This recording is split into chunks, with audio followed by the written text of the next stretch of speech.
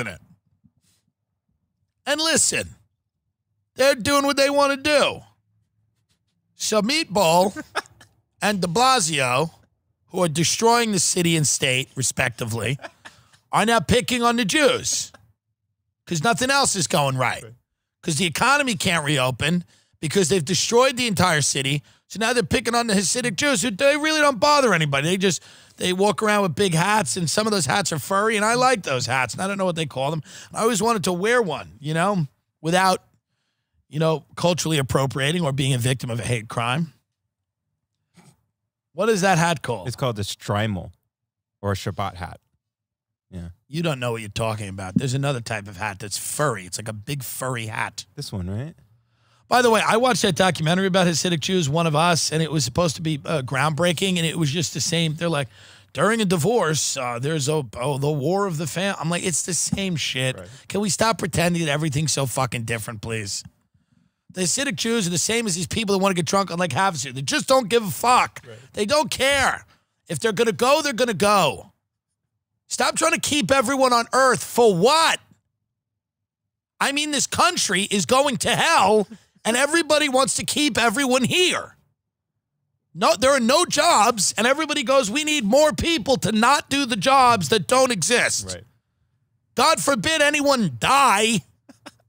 God forbid the unemployment office line's a little shorter. If you take away people's freedom and you make them live in a fucking prison of apps and algorithms, they are going to rebel because that is not a life. That is not a life. They want to be free. Trump is running, as Ty Rivera, who's opening for me, very funny comic, said, Trump is running with freedom. Biden is running with maybe more lockdowns, maybe more.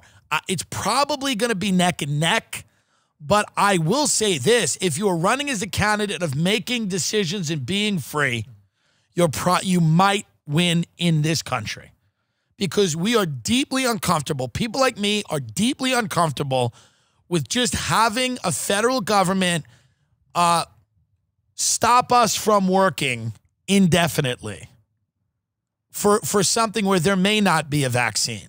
This may be the best we do. We may have to let herd immunity build up. There isn't another option. The economy cannot be decimated completely to protect a small amount of people. Doesn't mean that COVID isn't real or that it isn't serious or that there aren't lasting effects.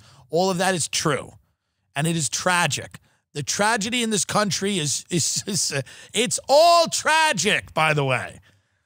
You know, what about the people, remember pre-COVID, all the people that didn't get health care and dropped dead? Right. Was that not tragic? What about the soldiers who got back from Iraq who didn't have mental health care and they blow their brains out? A staggering amount of them every month. Was that not tragic? Is this the only fucking thing that's tragic, by the way? Is coronavirus? Is there anything else that fucking upsets you people? How about the kids that go to bed hungry every night? Is that tragic? How about all the people whose jobs were shipped to Bangladesh and they were told to rot in towns and do opioids with their kids? Is that fucking tragic? Or is there no fucking tragedy that doesn't begin and end with a fucking cough?